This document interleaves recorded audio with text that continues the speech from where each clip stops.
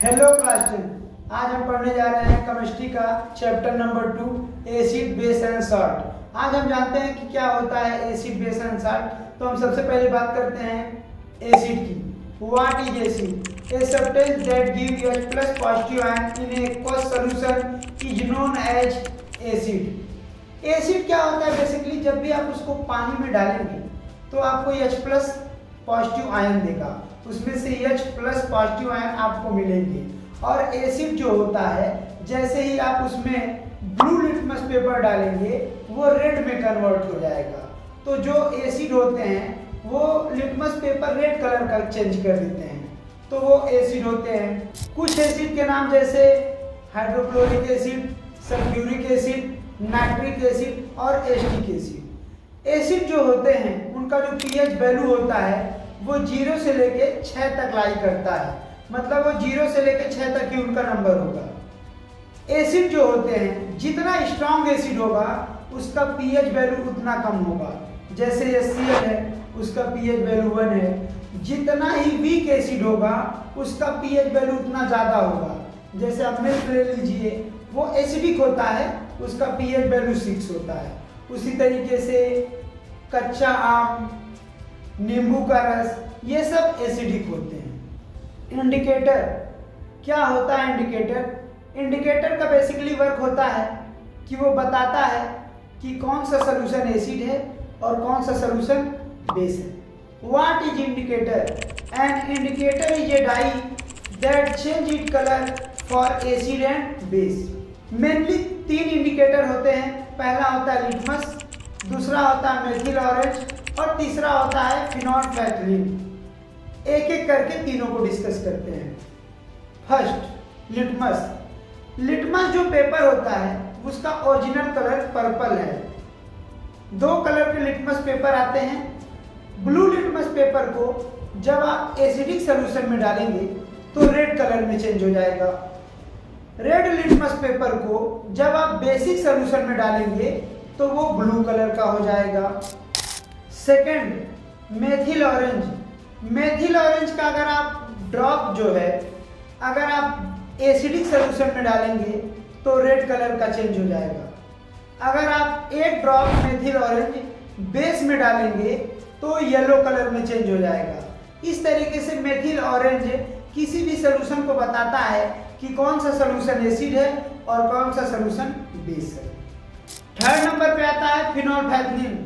Phenolphthalein का जो colour होता है वो कलरलेस होता है। अगर आप 1 ड्रॉप फिनोल्फथलीन एसिडिक सॉल्यूशन में डालते हैं तो कलरलेस रह जाएगा। वहीं अगर आप 1 ड्रॉप फिनोल्फथलीन बेस में डालेंगे तो पिंक कलर का शो करेगा, जिससे आपको पता चलेगा कि कोई सॉल्यूशन एसिड है या बेस है। ऑलिफैक्टरी इंडिकेटर। आइए समझते हैं कि ऑलिफैक्टरी इंडिकेटर क्या होता है। ये एक ऐसा इंडिकेटर होता है जिसमें कोई कलर नहीं चेंज होता है, जबकि इसमें स्मेल चेंज हो जाता है। Those substances whose smell change in acidic or basic solution is known as olfactory indicator. For example, अगर आप प्याज का रस किसी कपड़े पे गिरा देते हैं तो आपको पता है वो प्याज की तरह महकने लगेगा। अगर आप उस कपड़े को किसी बेस के साथ मिलाएंगे, उस पे बेस रख के उसको रगड़ देंगे या धो देंगे, तो आप देखेंगे प्याज का महक पूरी तरीके से गायब हो जाएगा, जिससे पता चलेगा कि वो सॉल्यूशन बेस था। वहीं पे अगर आप उसी कपड़े पे एसिड डालते हैं तो आप देखेंगे कि प्याज का महक वैसे ही रहेगा और उसके स्मेल में कोई चेंज नहीं आएगा। अब हम बात करने जा रहे हैं कि एसिड कितने प्रकार के होते हैं। There are 2 type of acid. First organic acid और सेकंड मिनरल एसिड। तो हम लोग बात करते हैं कि ऑर्गेनिक एसिड क्या होता है। Organic acid, the acid present in the plant and animal is known as organic acid. ये जो एसिड होता है वो बेसिकली प्लांट और एनिमल के अंदर पाया जाता है। आइए हम इसको एग्जांपल से समझते हैं। नींबू और संतरे में सिट्रिक एसिड, दूध और दही में लैक्टिक एसिड, विनेगर में एसिटिक एसिड, कच्चे अंगूर में टर्ट्रिक एसिड और टमाटो में ऑक्सैलिक एसिड पाया जाता है। ये एसिड हम खा और पी सकते हैं क्योंकि ये ज्यादा हार्मफुल नहीं होते हैं हमारे बॉडी के लिए। Second mineral acid. The acid prepared from the mineral of the earth is called mineral acid. जो अर्थ के मिनरल से प्रिपेयर किया जाता है एसिड, उसको हम मिनरल एसिड कहते हैं, जो कि थोड़ा डेंजरस होता है, जैसे कि हाइड्रोक्लोरिक एसिड, सल्फ्यूरिक एसिड और नाइट्रिक एसिड। ऐसे एसिड जो होते हैं वो हार्मफुल होते हैं हमारी बॉडी के लिए। आइए समझते हैं कि क्या डिफरेंस होता है स्ट्रॉन्ग एसिड और वीक एसिड के बीच में। All the mineral acid are known as strong acid, जैसे कि hydrochloric acid, sulphuric acid, nitric acid. Strong acid अगर किसी के फेस पे फेंक दिया जाए तो उसके फेस पे जो लेयर होता है वो जल जाएगा और वो कभी सही नहीं हो पाएगा। वहीं दूसरी ओर हम बात करते हैं वीक एसिड की। All the organic acid are known as weak acid. Weak acid में जैसे सिट्रिक एसिड का प्रयोग आप अचार में कर सकते हैं, आप कार्बोनिक एसिड का उपयोग सॉफ्ट ड्रिंक में करते हैं, जैसे कोको कोला में आप डाल सकते हैं उसको। स्प्राइट में जो गैस होती है वो आपने देखा होगा, उसमें कार्बोनिक एसिड का प्रयोग किया जाता है, जिससे उसको बचाया भी जाता है और साथ में अगर वो हम पीते हैं तो हमारी बॉडी को उतना हार्म नहीं पहुंचाता है। आइए हम समझते हैं कि क्या होता है कंसंट्रेटेड एसिड और dilute acid. What is the difference between concentrated acid and dilute acid. जैसे कि मान लीजिए आप दो बीकर ले लीजिए और दोनों में आप 100 ml HCl डाल दीजिए, जिसमें आप पानी की मात्रा बहुत कम रखेंगे वो कंसंट्रेटेड होगा और जिसमें आप पानी की मात्रा ज़्यादा कर देंगे वो डाइल्यूट हो जाएगा। डाइल्यूजन का मतलब होता है कि आपने पानी के अमाउंट को ज़्यादा कर दिया है। कॉन्सेप्ट आप डाइल्यूजन समझते हैं। अगर आप एसिड में पानी को मिलाना चाहते हैं तो सही तरीका उसका क्या है, अगर आप एक बीकर में एसिड ले लेते हैं और आप उसमें अगर अचानक से पानी डालेंगे तो बहुत लार्ज अमाउंट में हीट प्रोड्यूस होगा और वो एसिड बाहर निकल के आपके फेस पे और आपके क्लॉथ पे आ सकता है, जिससे वो आपको डैमेज पहुंचा सकता है। मगर उसका सही तरीका यही है कि आप पहले बीकर में पानी लीजिए और ड्रॉप वाइज आप एसिड को पानी में डाइल्यूजन करना चालू करिए। इससे जो हीट प्रोड्यूस होगा वो बहुत कम होगा और आपको किसी भी प्रकार का डैमेज होने का चांस कम रहेगा। प्रॉपर्टी ऑफ एसिड क्या होता है? Acid have a sure test, उसका जो टेस्ट होता है वो खट्टा होता है। Acid turn blue litmus paper to red. अगर एक ब्लू लिटमस पेपर को आप सोल्यूशन में डालेंगे और वो एसिडिक होगा तो वो रेड कलर में चेंज हो जाएगा। Acidic solution conduct electricity. अगर आप वाटर में एसिड मिला देते हैं तो वो जो सोल्यूशन होगा उसमें इलेक्ट्रिसिटी फ्लो करेगी। It allow to flow the electric current through it. आप समझते हैं कि अगर मेटल का रिएक्शन हम किसी एसिड के साथ करवाते हैं तो क्या होगा? Reaction of acid with metal. When an acid react with metal it form salt and hydrogen gas.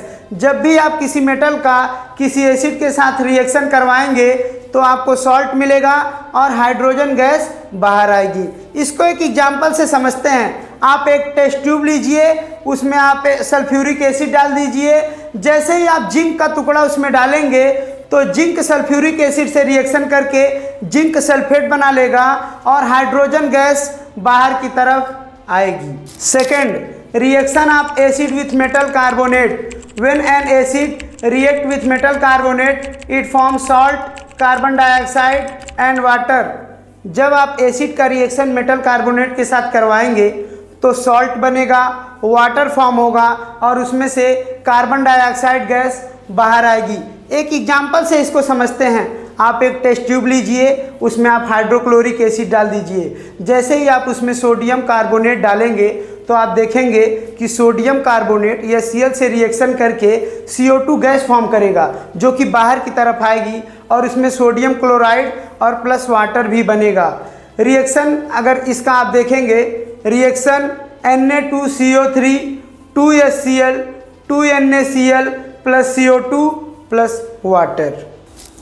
Third, reaction of acid with metal hydrogen carbonate. When an acid react with a metal hydrogen carbonate then it form salt, water and carbon dioxide.